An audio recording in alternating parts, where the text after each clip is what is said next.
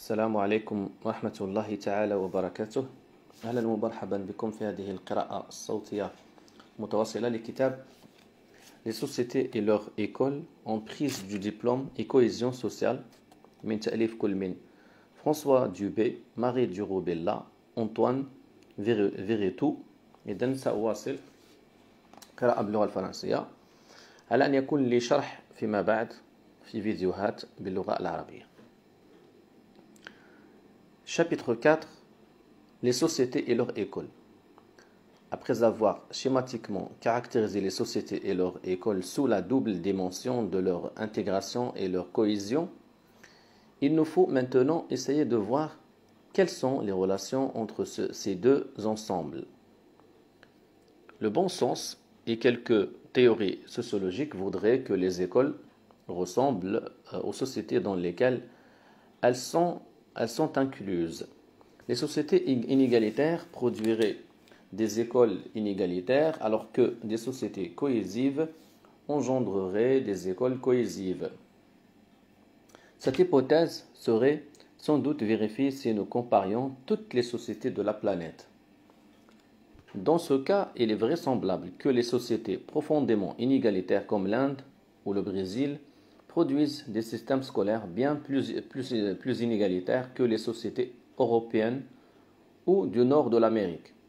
De même, il est vraisemblable que les vieilles nations démocratiques produisent plus de cohésion que les pays déchirés par des guerres civiles, et ceci d'autant plus que les critères de la cohésion retenus par les enquêtes internationales dérivent eux-mêmes du modèle démocratique de l'Europe du Nord.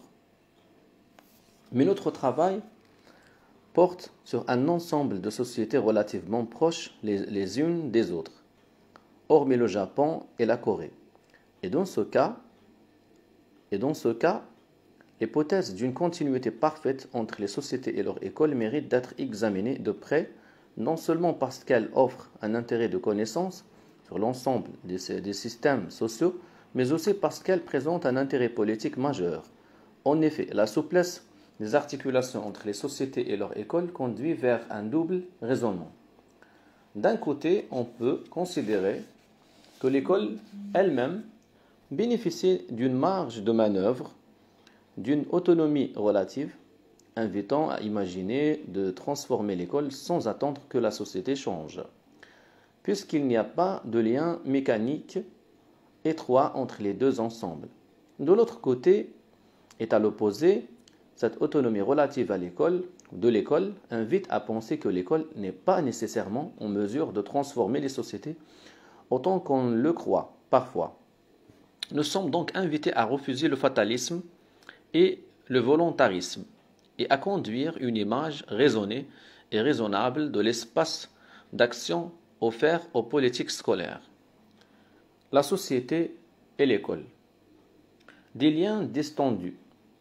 Un point de départ consiste à examiner les relations entre les variables sociétales et les variables scolaires dans la double perspective de l'intégration et des inégalités, d'une part, et de la cohésion, d'autre part. Voilà, là on voit un tableau qui présente une matrice de corrélation entre indicateur intégration cohésion sociale et intégration cohésion scolaire. Donc les inégalités scolaires semblent dotées d'une très forte autonomie. Elles ne sont corrélées significativement à aucune des diverses caractéristiques des sociétés et notamment à l'amplitude des inégalités sociales et de la pauvreté. Donc là, on voit que dans les sociétés européennes, il n'y a pas une corrélation, il n'y a pas une relation entre les inégalités sociales et les inégalités scolaires. C'est là un constat fondamental puisqu'il signifie que l'ampleur des inégalités sociales ne détermine pas mécaniquement l'ampleur des inégalités scolaires. On retrouve cette absence de corrélation de prime abord étonnante dans un travail récent croisant le seul indicateur de génie et l'ampleur des inégalités sociales de performance chez les élèves de 10 ou de 15 ans sur la base des enquêtes Pearls et PISA. La conclusion est claire. L'école peut soit réduire, soit accentuer les inégalités sociales, considérées comme un input du système scolaire. Mais la relation peut être lue dans l'autre sens. Une école égalitaire ne réduit pas forcément les inégalités sociales, pas plus qu'une école inégalitaire ne les accroît systématiquement. Cette observation ne veut pas dire que les systèmes scolaires ne participent pas à la reproduction sociale. Elle signifie que les relations entre l'école et la société sont pour le moins complexes et méritent d'être regardées de plus près. Toujours à propos des inégalités scolaires, elles ne sont pas corrélées avec la cohésion sociale, que celle-ci soit appréhendée par sa dimension capital social ou par sa dimension confiance-tolérance. Ce résultat est contraire à ce que trouvaient Green et son équipe, soulignant fortement le lien entre les inégalités scolaires et la faible confiance sociale. La relation n'est pas significative avec la dimension capital sociale, mais l'inégalité éducative était appréhendée par la distribution des acquis des adultes sur la base de l'IALS, l'International Adult Literacy Survey, mesurant les capacités culturelles des adultes, ce qui conduisait à mesurer cette relation sur une quinzaine de pays seulement. Retenons le fait que les résultats sont toujours indexés sur un échantillon particulier et sur les indicateurs précis utilisés.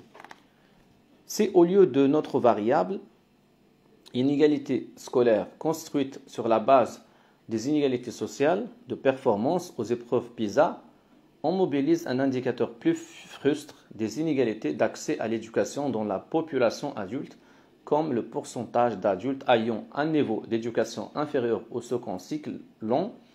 On obtient une corrélation négative modérément significative avec la cohésion sociale. On peut alors conclure que dans les sociétés riches, où beaucoup d'adultes ne dépassent pas le niveau du second cycle long, la cohésion sociale s'en trouve affectée.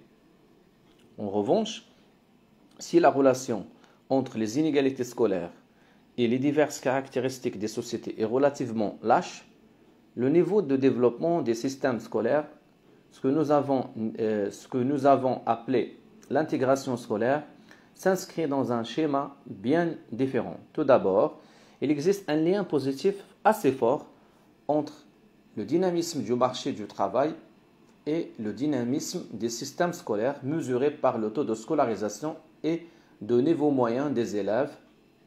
La corrélation est de 0,589. En d'autres termes, là où le marché du travail est dynamique, les systèmes scolaires le sont aussi. Et dans ce cas, le capital social, considéré comme une dimension de la cohésion, est lui aussi élevé. Mais il convient à nouveau de ne pas confondre corrélation et causalité. Il est probable que des variables exogènes, le niveau de richesse du pays par exemple, affectent à la fois le dynamisme du marché du travail et le niveau général de la scolarisation. Ceci pourrait aussi valoir pour la corrélation positive observée entre l'intégration scolaire et les deux variables exprimant la cohésion sociale. Celle-ci serait au moyen plus élevée dans les pays dont les systèmes éducatifs sont développés et où produisent des acquis élevés. C'est sans doute le contexte plus global qui imprime sa marque sans qu'on puisse véritablement isoler ici un lien de cause à effet entre la société et l'école, quel que soit le sens de cette relation. Alors que le lien entre les modalités de l'intégration sociale et celles de l'intégration scolaire, alors que le lien entre les modalités de l'intégration sociale et celles de l'intégration scolaire est relativement complexe. Le rapport entre les dimensions de la cohésion sociale et celle de la cohésion scolaire apparaît plus simple avec une corrélation positive, mais tout juste significative, pour ce qui est du volet confiance de la cohésion sociale. Il semble donc que si la structure des inégalités sociales et celles des inégalités scolaires sont relativement indépendantes, la continuité culturelle est plus affirmée. Les valeurs et les attitudes de la cohésion générale des sociétés, confiance et à un degré moindre capital social se retrouvent généralement dans leur système scolaire. Ce sont moins les structures que les cultures qui sont emboîtées. Les modèles ou les styles culturels des sociétés pèsent plus sur leurs écoles que ne le font leurs mécanismes d'intégration économique et sociale. Intégration sociale, intégration scolaire. Ces remarques générales étant faites, comment se répartissent les pays en fonction des diverses dimensions de l'intégration sociale et de l'intégration scolaire. Le seul cas parfaitement homogène est encore une fois celui des pays scandinaves et de la Suisse, où les marchés du travail sont dynamiques et les inégalités faibles, tandis que les écoles présentent les mêmes caractéristiques, forte intégration et faible inégalité. On comprend pourquoi ces pays sont en général le modèle des agences et des organismes internationaux évaluant les sociétés et les systèmes scolaires. Non seulement ils sont efficaces et justes, mais ils semblent être en harmonie avec leur société. Dans la famille des pays dynamiques et inégalitaires, l'école peut être à la fois intégratrice et inégalitaire, comme c'est le cas aux États-Unis, au Royaume-Uni et en Nouvelle-Zélande. Mais tous les autres pays de cette famille ont des caractéristiques scolaires bien différentes. Le Canada, le Japon et la Corée sont scolairement égalitaires, alors que l'Australie et l'Irlande sont scolairement moins inégalitaires que le sont ces sociétés. Quant au système scolaire portugais, il est peu inégalitaire et peu intégrateur, alors que la société est dynamique et inégalitaire. Enfin, les pays relativement égalitaires et dont le marché du travail est à tonnes ont des systèmes scolaires présentant toutes les caractéristiques possibles. L'Allemagne et la Belgique ont des écoles plus inégalitaires que la société, alors que l'école finlandaise est moins inégalitaire que la société. La France, l'Autriche et le Luxembourg, les Pays-Bas et la Tchéquie ont des systèmes scolaires moyennement inégalitaires. Tant le tableau 8 des corrélations que le graphique 12, donc il y a ici un tableau sur l'intégration sociale et la relation entre l'intégration sociale et l'intégration scolaire. Par exemple, on voit une intégration sociale forte, marché du travail dynamique, une intégration forte, marché du travail peu dynamique, inégalité faible, marché du travail dynamique, inégalité faible, marché du travail peu dynamique. L'intégration, par exemple, scolaire, l'intégration forte, inégalité forte, intégration forte, inégalité faible, intégration forte, inégalité moyenne. Le graphique 12, il y a une relation ici entre les inégalités scolaires et les inégalités sociales. On voit par exemple que le Portugal, les inégalités de revenus sont fortes,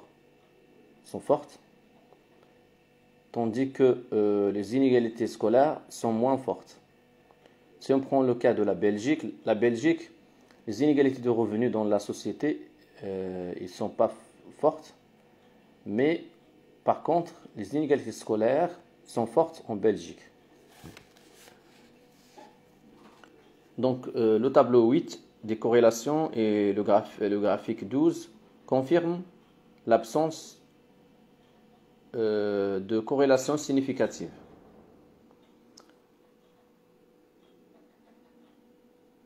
moins de 0,028 entre les inégalités de revenus des adultes et les inégalités scolaires chez les élèves de 15 ans. Ce résultat est suffisamment contre-intuitif pour qu'on en souligne la portée. Certes, toutes les recherches sociologiques montrent qu'au niveau des individus, les inégalités sociales entre les adultes déterminent les inégalités des acquis entre les élèves. Mais au niveau du pays, l'ampleur de cette détermination varie sensiblement. C'est là un nouvel exemple de paradoxe écologique. Si les inégalités de revenus et les inégalités scolaires sont liées au niveau des personnes, les pays peuvent par contre être très inégalitaires concernant les revenus et moins pour ce qui est des performances scolaires et réciproquement. De plus, cette relation pourrait se nouer dans un double sens. D'un côté, une masse de travaux de sociologie de l'éducation en atteste. Il est clair que l'inégalité qui règne entre les familles affecte les acquis des élèves et produit plus ou moins d'inégalités entre eux. Toujours dans le même sens causal, quand il existe de fortes inégalités entre les familles, il est probable qu'elles accentuent l'importance attachée à la possession d'un diplôme et qu'elles durcissent donc la compétition scolaire. Le processus peut être plus ou moins prononcé selon le rendement des diplômes. D'un autre côté, comme le pensent certains chercheurs, on peut privilégier une optique inverse et souligner que c'est l'inégalité scolaire qui produirait des inégalités de revenus, hypothèse qui revient à conférer un rôle décisif à la distribution des certifications scolaires. Les inégalités sociales entre parents ne se transforment donc pas automatiquement en inégalités scolaires entre enfants d'ampleur comparable, contrairement à l'hypothèse de la transmission quasiment automatique des parents aux enfants. Réciproquement, les inégalités scolaires entre les enfants ne se traduisent pas par des inégalités sociales futures d'égale ampleur, contrairement à l'hypothèse de traduction mécanique des inégalités scolaires en inégalités sociales. L'examen de la situation des divers pays de l'échantillon retenu dans le graphique 12 montre que tous les cas de figure sont possibles. Pour ne citer que les moins attendus a priori, les situations combinant de fortes inégalités sociales et de faibles inégalités scolaires comptent des pays aussi variés que l'Espagne, le Japon ou l'Australie. Donc, dans ces pays-là, il y a une faible inégalité scolaire. Par contre, il y a une forte inégalité sociale. Donc le Japon ou l'Australie, alors qu'à l'inverse, les pays associant de faibles inégalités de revenus et de fortes inégalités scolaires comprennent le duo Allemagne, Belgique et la Tchéquie ou la Suisse et la France. En arrière-plan de cette diversité, ce sont les modalités de la stratification sociale et du fonctionnement du marché du travail qui sont en jeu. Chauvel,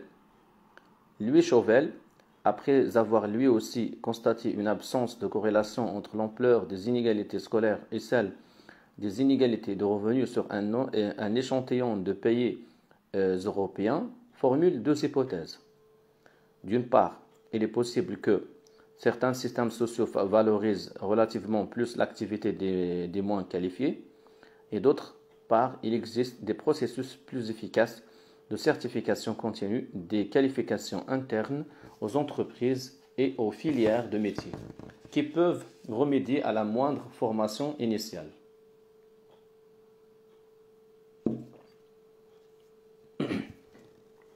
Quoi qu'il en soit, nos conclusions convergent avec les siennes quand il souligne que les inégalités scolaires comme économiques ne sont pas un invariant de la géographie sociale.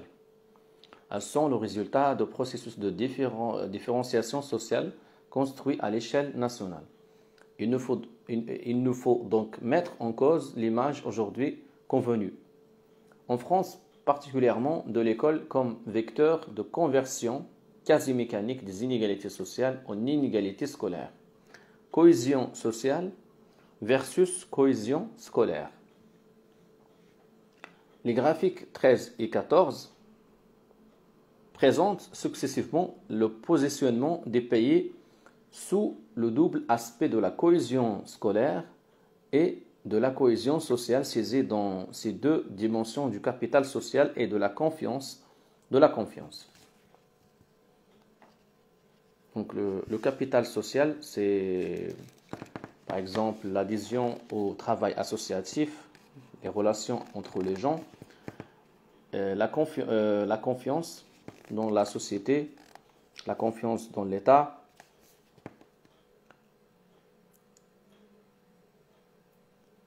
Alors, il se confirme qu'il n'y a aucune corrélation forte entre le niveau du capital social des sociétés et la cohésion scolaire.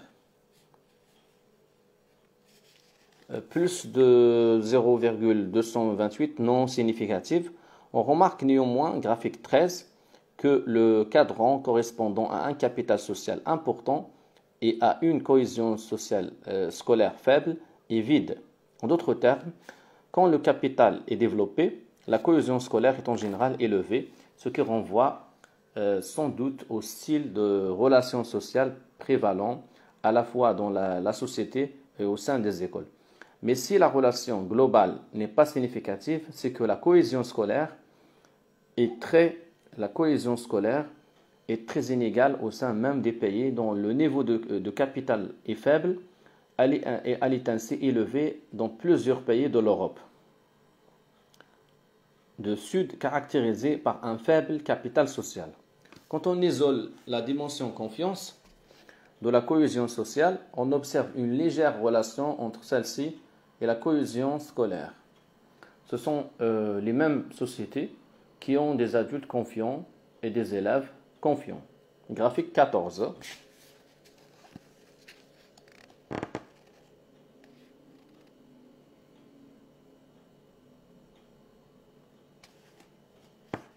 Toutefois, la corrélation entre la confiance sociale et la cohésion scolaire est faible et non significative. De plus, elle est tirée, la confiance sociale et la cohésion scolaire est faible et non significative. De plus, elle est tirée d'un côté par les pays de l'Europe du Nord où les adultes sont confiants et l'école cohésive. De l'autre part, certains pays aux caractéristiques opposées, et c'est la Corée, la Pologne et surtout le Japon. Pour le reste,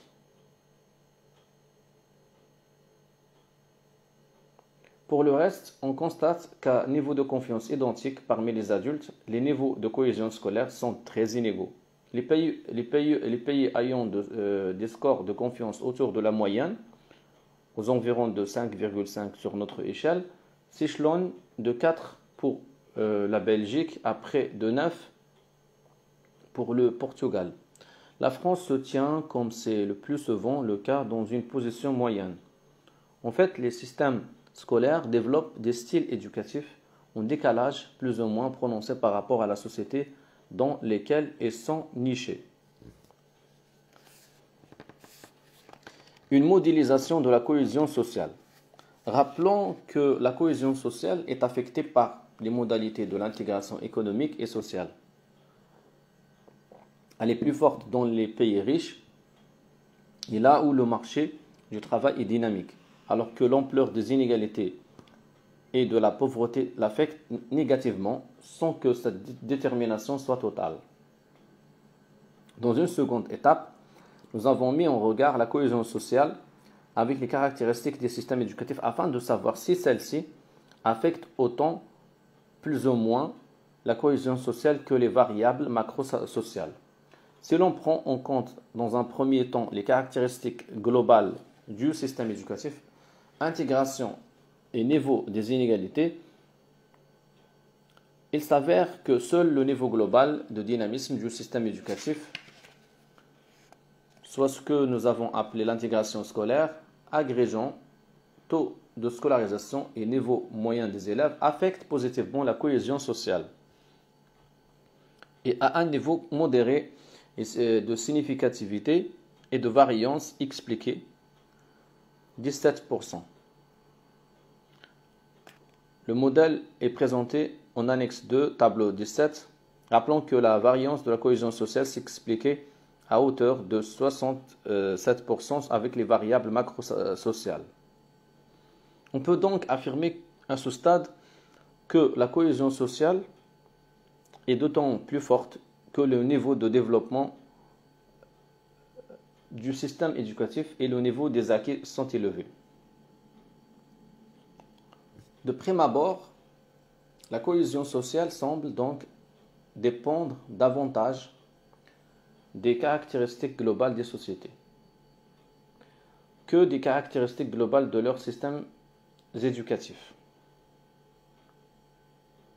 Ce que fait l'école à travers son niveau d'intégration et d'acquis par le climat scolaire quotidien aurait donc au total moins d'importance sur la cohésion sociale que les caractéristiques globales de la société comme le dynamisme du marché du travail et le niveau des inégalités ou de la pauvreté.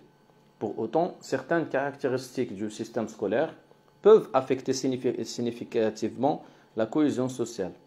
Un nouveau modèle montre ainsi que pour un niveau donné de développement du système éducatif, donc l'intégration scolaire, la cohésion scolaire et la longueur du tronc commun exercent en tant que tel un impact positif sur la cohésion sociale.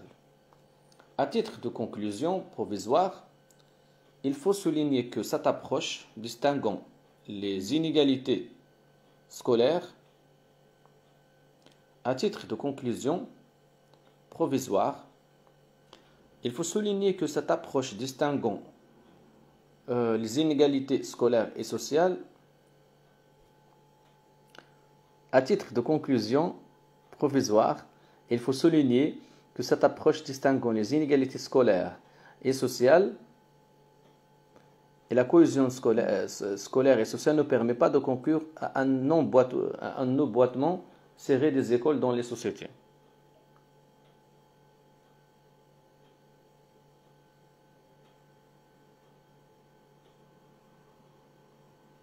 Alors que d'autres travaux, ceux de Green notamment, laissaient escompter des relations entre inégalité scolaire et cohésion sociale.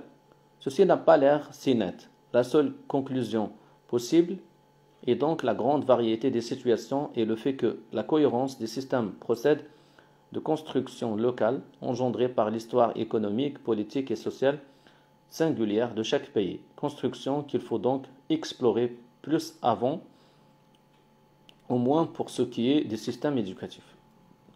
Les styles éducatifs.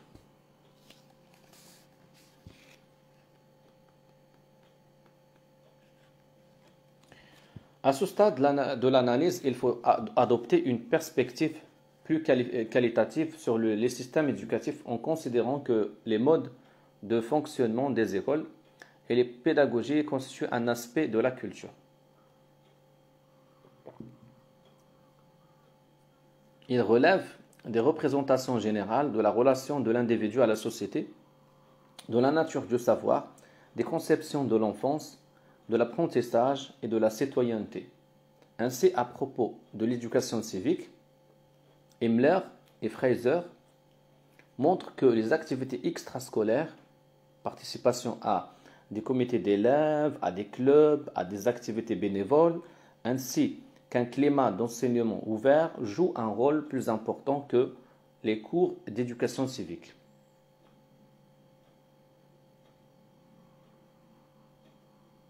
Ce qu'il faudrait parvenir à estimer, c'est plus largement la valeur accordée à l'éducation dans les différents pays. Certains comparatistes opposent par exemple le Japon et les États-Unis, deux pays riches qui accordent une valeur inégale à l'éducation scolaire, du moins dans sa dimension académique, très élevée dans le premier cas, bien plus modérée dans le second. Sans nous engager dans cette voie, pour l'ensemble des pays de notre échantillon, essayons de brosser à grands traits le portrait de quelques systèmes éducatifs relevant des quatre grands types d'écoles. relativement cohérent que nous avons mis en évidence, sachant que c'est par la comparaison que ces portraits prennent sens. Nous nous limiterons ici au cas de pays proches, à l'exception du Japon, pour rendre plus aisé, mais aussi plus pertinente la comparaison avec la France.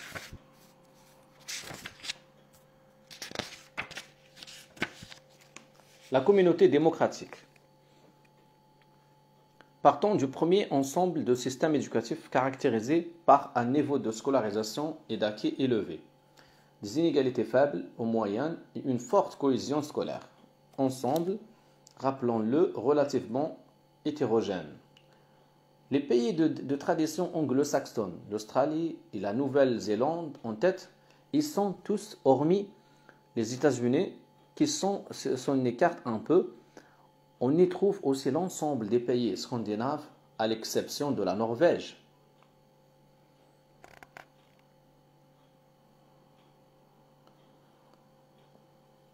Globalement, ces pays se caractérisent par l'influence d'un modèle éducatif de tradition démocratique et expressif dans les relations entre les élèves et les maîtres. Ils se distinguent aussi par un style communautaire dans la place accordée à la vie de l'établissement et à l'activité des élèves. Dans ce que nous nommons en France les activités périscolaires. Et qui là n'en sont pas. Notons que tous ces pays sont inscrits dans une tradition protestante où la communauté des fidèles et la relation directe au texte sacré étaient au cœur de la pratique religieuse dans une communauté dont le pasteur est l'expression et pas le représentant d'une autorité supérieure comme c'est le cas du prêtre catholique. Le modèle éducatif qui en dérive privilégie l'expérience individuelle et les relations avec les pairs, alors que le modèle de transmission catholique place plus directement le croyant puis l'élève dans une relation d'obéissance au prêtre puis au maître, conçus comme des médiateurs entre le dogme et le fidèle, puis entre la connaissance et l'élève. Il y a peut-être là une forme de confiance démocratique que partagent les sociétés libérales et les sociétés social-démocrates. Au Royaume-Uni, avec des nuances entre ces diverses composantes, toute école se veut une véritable communauté en soi. Un endroit où les enfants sont confrontés non seulement à des programmes, mais aussi à toute une gamme de valeurs sociales, un lieu unique de socialisation et un foyer de loyauté intense que beaucoup d'écoles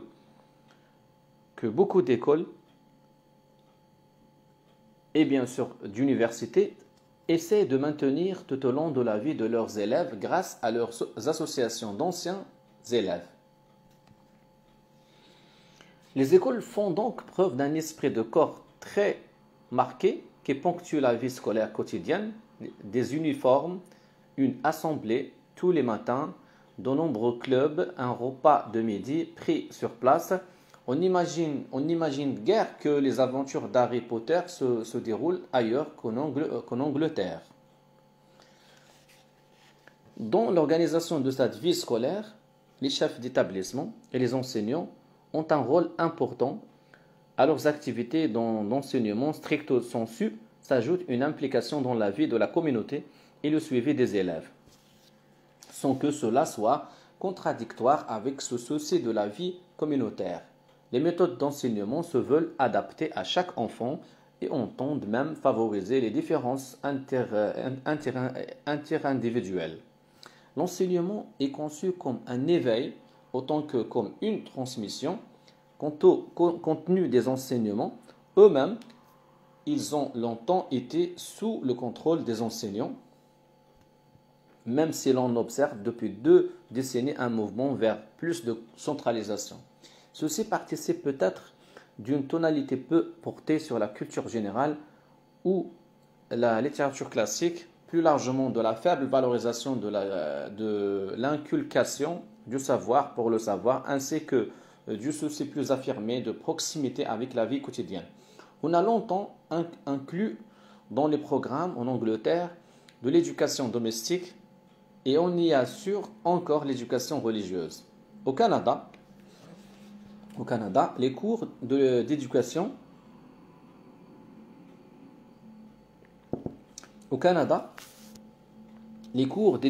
A sont innombrables.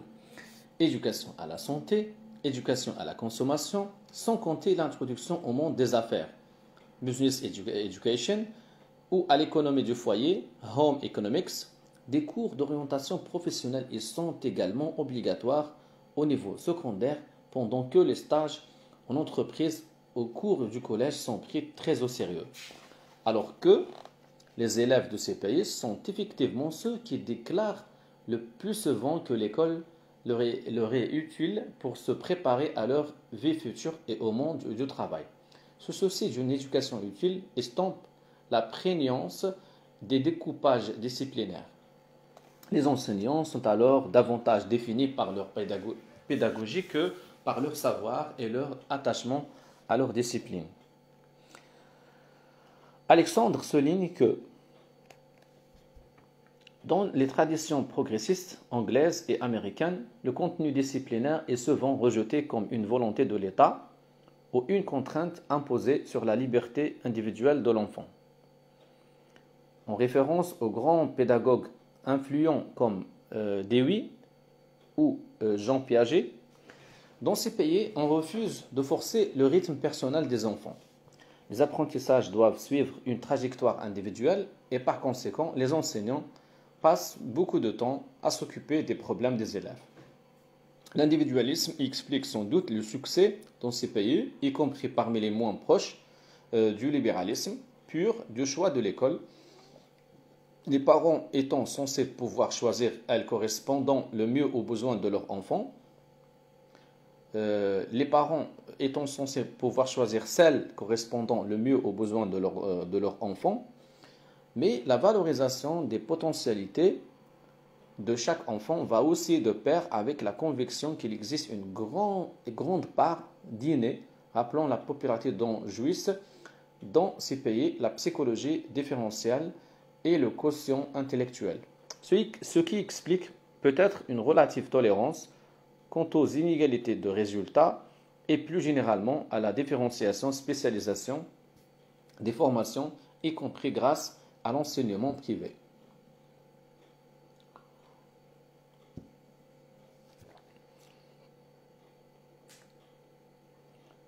Un autre exemple typique de ce premier groupe de pays est le Danemark. L'éducation y valorise aussi très fortement l'épanouissement individuel et des enseignements orientés vers la vie quotidienne et l'orientation professionnelle. Non seulement l'orientation professionnelle et l'initiation au monde du travail figurent dans les programmes obligatoires de la première à la 9e année, mais les jeunes qui ont tous eu à élaborer un projet d'études ou d'insertion professionnelle sont suivis par les services locaux d'orientation au moins 2 ans après leur sortie de l'école.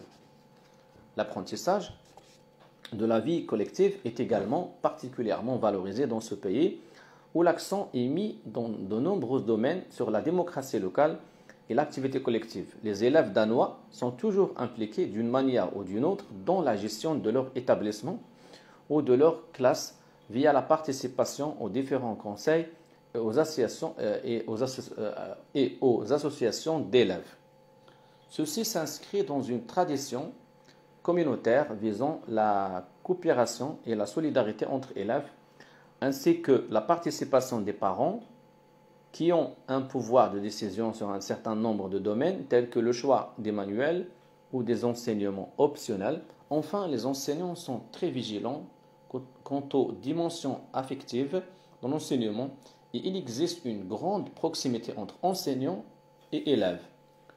Plus encore qu'au Royaume-Uni, il est probable que certaines caractéristiques organisationnelles, comme le fait que les enfants fréquentent le même établissement et la même classe durant les 9 à 10 ans de la scolarité commune, viennent renforcer ce style de fonctionnement. On peut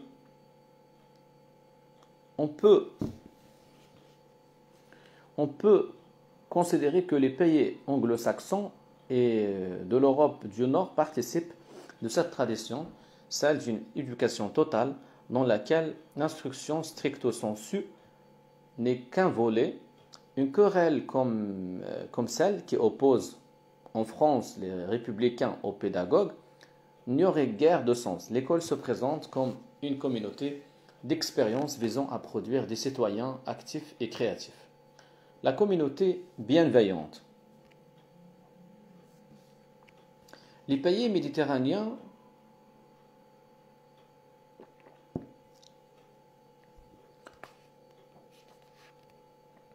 La communauté bienveillante.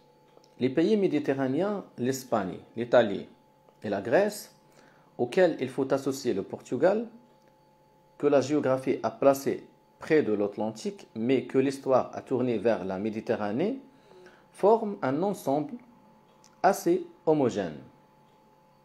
La scolarisation y est relativement faible, le niveau des acquis est relativement médiocre, les études y sont souvent assez courtes, tout ceci bien sûr par comparaison avec les pays les plus riches de la planète auxquels ils appartiennent. Dans ces pays, l'échec scolaire se règle soit par le redoublement, soit par une sortie précoce, mais les inégalités y sont peu importantes et le niveau de la cohésion scolaire est assez élevé, en particulier le goût pour le travail en groupe, la confiance envers les enseignants et plus globalement envers l'école. Dans la plupart de ces pays, l'éducation religieuse est au programme sans être obligatoire. Et on y fait preuve d'une préoccupation particulière pour l'intégration des enfants des migrants. Enfin, l'ouverture des programmes à la vie quotidienne et la préparation à la vie professionnelle y apparaissent très limitées, alors que le désir de créer, grâce à l'éducation des liens communautaires, semble quant à lui relativement fort. On sait que ces pays se caractérisent par une faible confiance envers les institutions politiques centrales et l'État, alors que les sentiments d'appartenance aux métropoles et aux régions y sont souvent très intenses. On sait aussi que ces pays manifestent un fort capital social privé avec un attachement marqué aux liens locaux et familiaux qui font souvent office de substitut à l'État-providence, comme le montre la forte cohabitation des générations sous le même toit. On peut donc imaginer que l'école porte ses valeurs communautaires et familiales, étayées par l'influence catholique, ce qui pourrait expliquer qu'elle est bien plus cohésive que ne l'est la société et qu'elle est aussi plus égalitaire que ce qu'impliqueraient les inégalités sociales. Peut-être aussi confie-t-on à d'autres institutions et à d'autres réseaux, familles, amis, voisinage, clientèle, plutôt qu'à la seule école, le soin de distribuer les individus dans la hiérarchie sociale. Les analyses qualitatives des systèmes éducatifs de ces pays sont malheureusement assez rares. Des observations en classe ont été conduites au niveau du collège dans la ville de Turin en Italie. Elles révèlent une ambiance très détendue entre les élèves et les enseignants qui tolèrent les déplacements en classe ou le fait que les élèves puissent intervenir pour raconter une anecdote personnelle. Chaque groupe classe a sa propre salle où il reste pour tous les enseignements sous la houlette de professeurs très présents. Ces derniers assurent la surveillance des élèves lors des pauses et déjeunent avec eux à la cantine. Ils suivent des élèves en difficulté, réunis en petits groupes et semblent bien connaître les familles. Les enseignantes majoritaires font montre d'un comportement assez maternel et un certain nombre d'entre elles ont auparavant travaillé dans l'enseignement primaire. De manière générale, les adultes sont nombreux dans les établissements et les élèves semblent fortement encadrés. Sur le plan des contenus, les délimitations entre les matières semblent assez souples. Les professeurs assurant eux-mêmes l'enseignement de deux matières et le professeur d'italien avec les cours de soutien, passe avec sa classe 2 ou 3 heures par jour. Enfin, les humanités, les langues mortes, l'histoire de l'art et plus largement la dimension culturelle des études sont valorisées.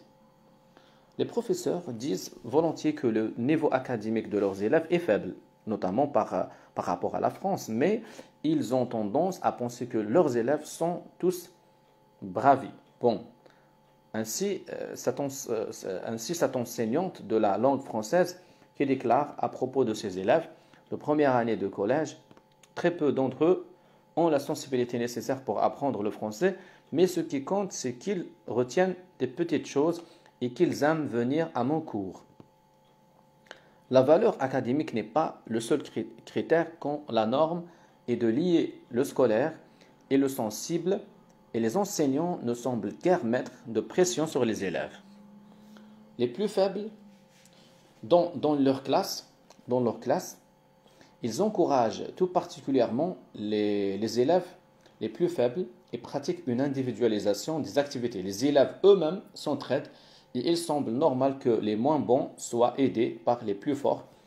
Le déroulement des classes fait appel à la participation des élèves. Les cours apparaissent très concrets et les enseignants s'efforcent d'adapter les contenus pour accrocher l'attention des élèves.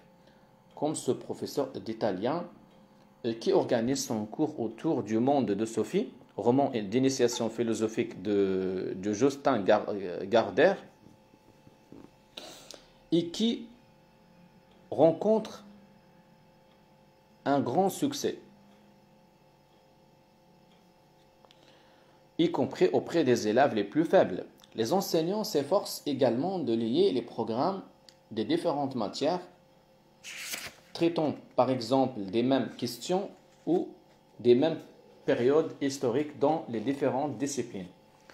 Si la vie scolaire semble apprécier des élèves, ils sont nombreux à dire qu'ils aiment l'école et leurs professeurs. Il faut noter que 4 jours par semaine, l'école se termine à 13h30 et qu'elle n'est donc pas toute leur vie. Enfin, au terme des 3 années de collège, un examen viendra sanctionner les inégalités de niveau scolaire et orienter les élèves entre des filières inégales. Il semble que l'on s'efforce d'homogénéiser le plus possible les résultats des élèves avec un relatif succès si l'on en croit les données PISA, sachant que les scolarités secondaires ultérieures sont bien plus sélectives et débouchent sur une insertion des jeunes particulièrement difficile dans ces pays de l'Europe du Sud, y compris pour les plus diplômés. La convivialité et le souci de chacun qui caractérise le collège au sein d'une école qui se veut humaniste, selon l'expression des enseignants italiens, n'augure donc pas forcément d'une société plus égale. On peut imaginer que la communauté scolaire est d'autant plus accueillante qu'elle ne joue pas un rôle décisif dans la répartition des individus sur le marché du travail. Alors que l'on peut établir une sorte de cohérence et de rationalité générale entre la confiance démocratique des écoles anglo-saxonnes et scandinaves, cohérence libérale dans un cas et social-démocrate dans l'autre, l'agencement global des pays méditerranéens est plus difficile à dessiner. Il semble plutôt que nous ayons affaire à la juxtaposition d'un type de société peu active et inégalitaire et d'une école cohésive et plus égalitaire, tenant peut-être au fait que ces pays sont entrés de manière plus tardive, longtemps plus limitée à quelques régions dans le monde industriel, et au fait que les traditions démocratiques et libérales y sont relativement plus récentes qu'ailleurs. La culture, l'économie et la politique y seraient moins emboîtées par un modèle commun que dans le cas précédent. L'école du savoir. Le troisième ensemble est celui des pays scolairement inégalitaires et faiblement cohésifs. Il faut noter que cet ensemble comprend des pays possédant des traditions éducatives bien différentes, puisqu'on y trouve à la fois la France, et la Belgique, la Pologne, l'Allemagne et la Hongrie.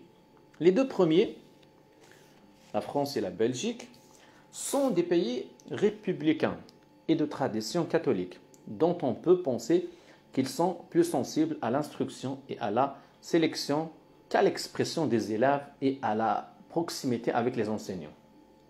Les deux suivants, la Pologne et l'Allemagne, les deux suivants participent d'une tradition bien différente, celle du monde germanique, privilégie la sélection précoce et les humanités, mais privilégie aussi une plus grande proximité avec les élèves et un style de relation pédagogique relativement détendu, notamment en Allemagne, à l'ouest, depuis la fin de la guerre. Malgré des traditions aussi différentes, ces pays présentent cependant des caractéristiques structurelles comparables en termes d'intégration et d'inégalité. Arrêtons-nous plus spécialement sur la France et l'Allemagne. Dans le cas de la France, il est particulièrement intéressant de se tourner vers ce qu'en disent des observateurs étrangers.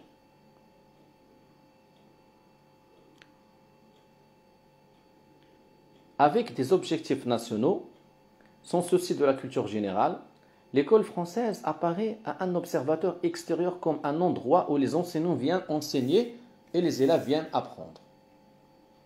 Les regards étrangers sont d'ailleurs frappés par le côté froid et purement fonctionnel des établissements dont on a de la peine à penser qu'ils sont aussi des lieux de vie.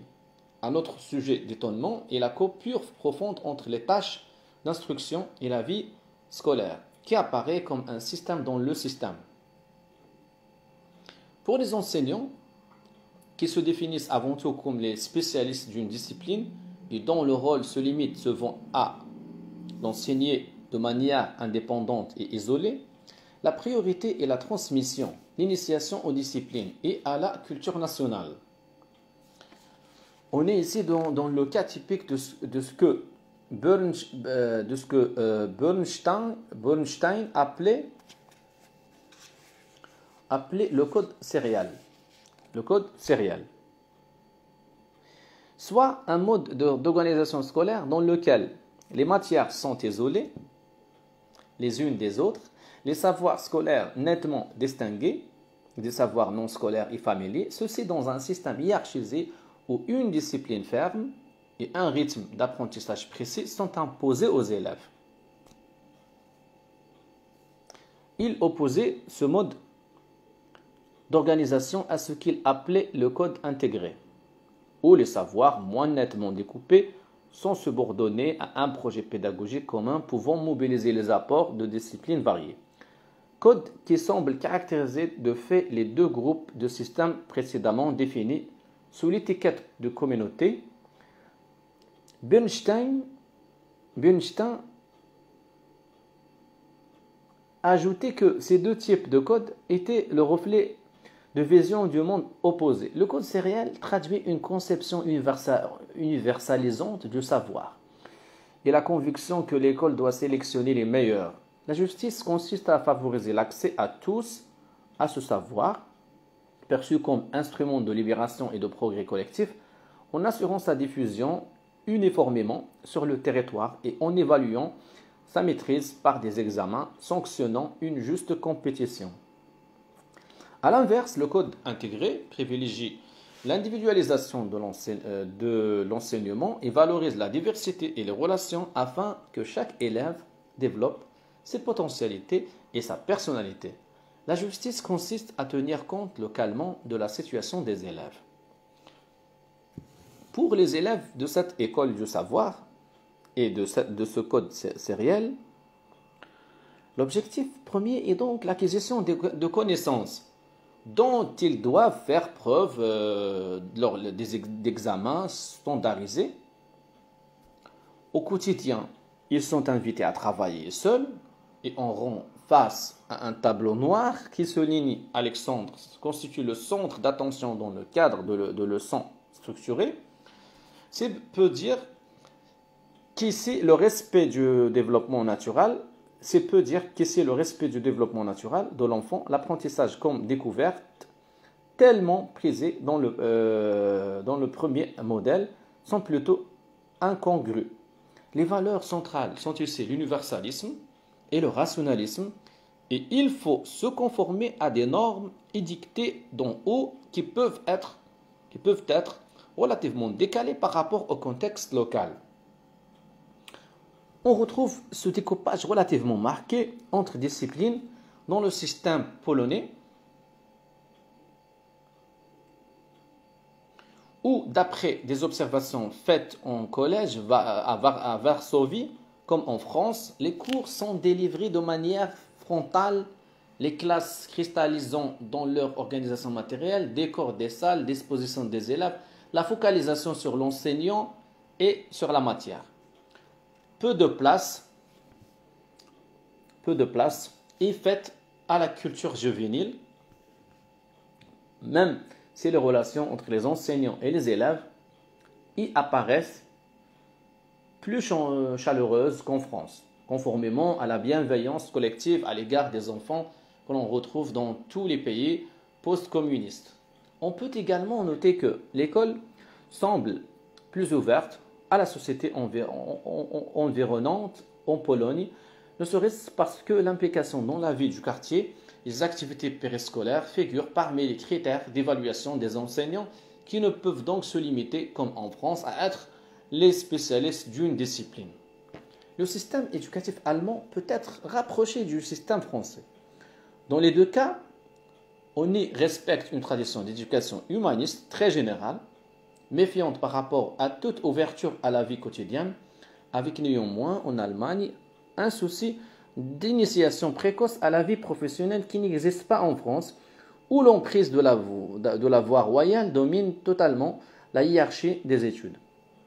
Mais en Allemagne, l'école peut se montrer d'autant plus humaniste que très tôt, elle passe la main aux entreprises pour la formation professionnelle.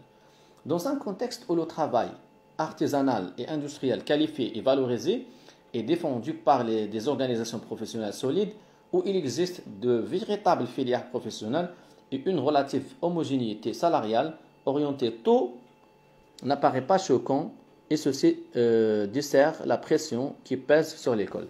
Cependant, ce modèle de sélection précoce est fortement remis en cause en Allemagne en raison de ses aspects inégalitaires et peu performants, révélés par les enquêtes PISA. D'ailleurs, par rapport au style très formel des classes françaises, des témoignages épars suggèrent que les classes allemandes sont bien plus conviviales. Pour autant, dans ce pays, la très forte hiérarchisation des trois filières du secondaire est parfaitement perçue par les élèves dans la moitié fréquente des deux derniers types d'écoles. Comme cette hiérarchisation est couplée avec une très forte ségrégation sociale des établissements, il est possible que ce sentiment de relégation débouche sur une vision relativement peu positive des établissements. Au-delà d'une certaine convivialité quotidienne, la confiance des élèves envers leurs enseignants apparaît tout particulièrement faible. En France et en Belgique, ce couple d'attitudes est encore plus nettement prononcé. Les élèves se sentent très attachés à la vie juvénile et même en même temps qu'ils se montrent particulièrement peu intégrés à leur école et peu confiants envers leurs enseignants. En définitive, ils sont indifférents, voire hostiles à une école qui semble ne jamais vraiment les juger dignes d'être là. Pour ce qui est de la France, le principe d'homologie entre l'école et la société est relativement fort. La nation, l'économie et l'école ont été construites par l'État, appelant un modèle d'éducation universaliste, soucieux de sélectionner les élites en tenant à distance l'éducation proprement dite, tenue par une affaire privée. D'autres pays de ce groupe, comme la Pologne, mettent toute leur confiance dans l'école pour instituer une société civile démocratique dans un contexte de renouveau politique. Mais dans tous les cas, l'éducation apparaît comme une affaire d'État, bien plus qu'une affaire de société. Alors que dans la plupart des pays, l'école cherche à se lier aux communautés locales et aux parents En France, elle continue à s'en défier et à tenir les parents pour des consommateurs égoïstes et les employeurs pour des partenaires illégitimes. L'excellence pour tous. Enfin, il y a des pays que l'on a du mal à classer dans les trois grands ensembles précédents. Leur système scolaire est caractérisé par un niveau de scolarisation élevé, des inégalités moyennes ou limitées et une cohésion faible. Ils ne présentent a priori pas de traits culturels communs, puisqu'on y trouve les pays asiatiques, mais aussi la Norvège, habituellement proche des autres pays scandinaves, l'Autriche et la Tchéquie, dont les traditions éducatives sont proches de l'Allemagne, et la Suisse, dont les systèmes pédagogiques sont aussi nombreux que les cantons partagés entre les influences allemandes, françaises et italiennes. Si l'hétérogénéité de ce groupe rend hasardeuse toute recherche d'un style éducatif commun, évoquons en quelques mots la situation du Japon. Pour une part, le caractère particulièrement peu cohésif socialement et scolairement de ce pays tient peut-être à un artefact dû au caractère occidental de la définition des indicateurs de la cohésion, car les descriptions de l'intérieur qui sont faites de son système scolaire ne révèlent pas, tant sont faux, de situations d'anomie ou de défiance envers l'école. Par ailleurs, le fait que l'école de ce pays soit parmi les plus efficaces et plus nettement encore les plus équitables amène à s'y intéresser, même si rien n'est égal par ailleurs. Dans ce pays, quand on le compare aux pays occidentaux qui ont la maîtrise des outils et des indicateurs de la comparaison. Un premier point concerne le contexte historique du développement du système éducatif japonais. Alors que traditionnellement, le fait d'apprendre a toujours joui d'une forte valorisation dans la société japonaise en raison de la tradition confucienne, la priorité a été donnée au système scolaire dès le début du XXe siècle pour conforter l'unification idéologique du pays, sa modernisation, son indépendance et lui donner une place dans la compétition économique. Depuis la Seconde Guerre mondiale, de nombreuses réformes ont eu pour finalité d'assurer une égalité des chances dans un pays par ailleurs relativement homogène sur le plan économique et culturel et converti avant la lettre à l'économie de la connaissance. On parle ici du Japon. L'éducation a donc été conçue comme un moyen de construire une société moderne et plus fluide, outil d'autant plus efficace qu'il ne se heurtait plus à des élites traditionnelles anciennement constituées. S'ajoute à des éléments de contexte l'opinion dominante au Japon selon laquelle tous les enfants sont capables d'apprendre et que les capacités innées comptent peu dans la réussite. Opinion partagée par les enfants eux-mêmes. Les élèves japonais sont beaucoup plus nombreux que les élèves américains à attribuer leurs performances scolaires à leurs efforts plutôt qu'à leurs aptitudes. Le système scolaire japonais est porté par une large volonté d'inclure tous les enfants, par le souci d'assurer l'égalité des ressources entre toutes les écoles, par une vigilance quant à l'hétérogénéité des classes. Au quotidien, tant les pratiques des maîtres que les relations entre les élèves sont marquées par cette conviction. L'entraide et l'enseignement individualisé y sont privilégiés alors que l'on croit fermement au pouvoir de la motivation. Cette pression de la norme d'internalité, si on veut, on peut d'ailleurs installer un stress d'autant plus fort que le système d'enseignement supérieur est lui très sélectif, certaines grandes universités ayant le monopole de l'accès aux emplois les plus prestigieux et les mieux rémunérés, à l'instar des grandes écoles en France. Au Japon, les contenus de l'enseignement ne se veulent pas encyclopédiques, au contraire, on valorise l'approfondissement et les programmes ils sont plus légers que dans la plupart des pays industrialisés. Les enseignants qui jouissent d'un réel prestige ont une conception large de leur rôle. Ils s'estiment responsables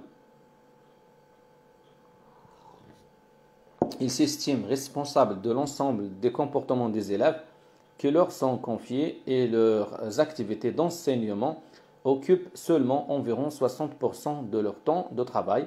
Ils collaborent étroitement avec les parents à tel point que l'enfant peut y apparaître comme l'objet d'un contrôle particulièrement serré. Toute incartade hors des murs de l'école est signalée à l'école. Par exemple, en cas de vol, les professeurs doivent conjointement avec les parents s'en excuser auprès du propriétaire lésé. L'objectif est bien une éducation totale, morale, intellectuelle et physique. Il semble que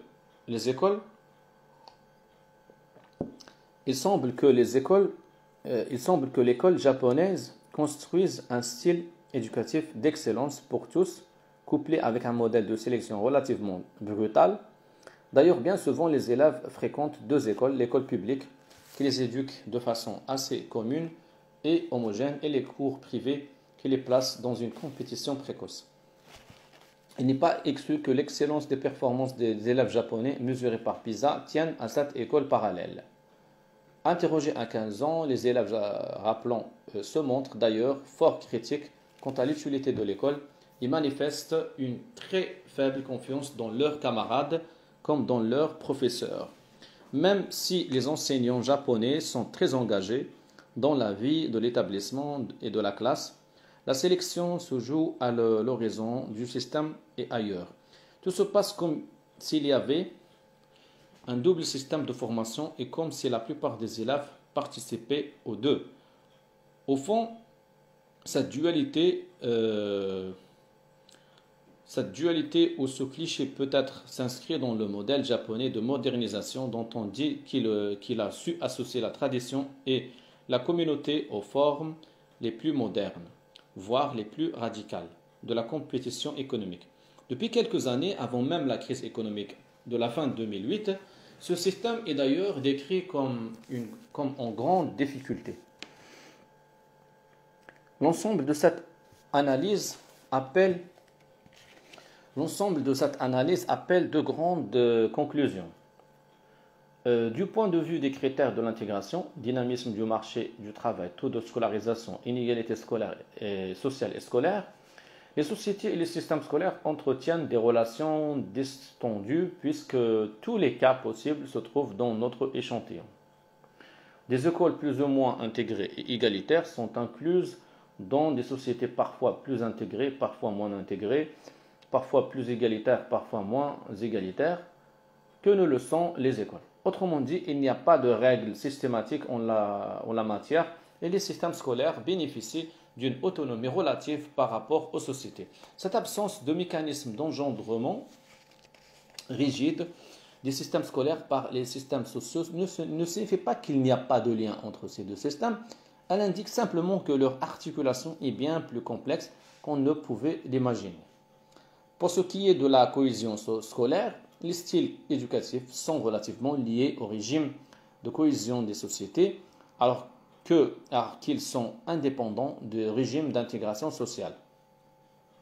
On peut sans doute imaginer que les constructions sociales portent les traces de leur genèse historique sans que pour autant il existe là non plus une cohérence systémique dégagée par les indicateurs que nous avons retenus. Mais ce n'est pas parce que les styles éducatifs des systèmes scolaires n'ont pas d'effet direct sur les performances et l'égalité des élèves qu'ils sont sans importance. Ce n'est pas être sentimental que de considérer que toute chose égale par ailleurs en termes de performance et d'inégalité. Une école dans laquelle les élèves se sentent bien, épanouis et confiants est meilleure qu'une école dans laquelle les élèves se méfient des autres et d'eux-mêmes.